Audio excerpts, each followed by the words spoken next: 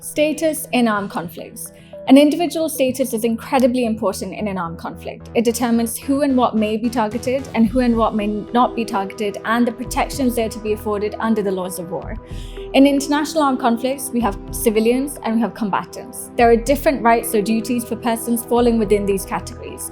Namely, a person's status as a civilian or a combatant determines their targetability, their secondary status upon capture, and the applicable legal framework to their actions. The distinction between the two is made in special consideration of a cardinal principle of IHL, the principle of distinction. This obliges parties to the conflict to distinguish between civilians and combatants, as well as civilian objects and military objectives, and to limit attacks to combatants and military objectives. So we'll start with combatants. A combatant is an individual who belongs to the armed forces and has the right to participate in hostilities.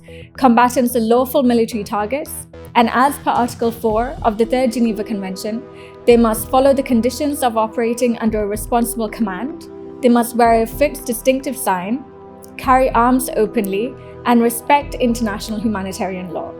Combatants enjoy immunity against prosecution for crimes that would otherwise be common criminal offences in times of peace, unless these crimes amount to war crimes. Combatant immunity allows them to conduct lawful acts of war in the form of killing or wounding enemy combatants and destroying enemy property, so long as they are part of lawful military engagements. They are given prisoner of war status upon capture, and upon capture, combatants can be questioned, but they are only bound to give their name, rank, date of birth, and serial number.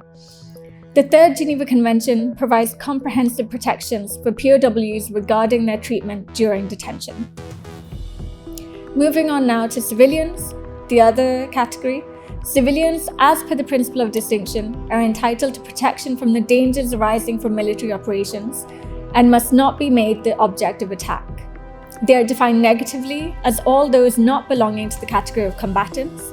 Civilians do not have combatant immunity and therefore have no right to participate directly in hostilities, where if they do so, they lose protection from attack for so long as they are directly participating in hostilities. And they can be prosecuted under domestic law for doing so, and they can also be prosecuted for war crimes. If they find themselves in enemy hands, they become protected persons and are entitled to protections enshrined in the Fourth Geneva Convention, providing they fulfill the nationality requirements under Article 4.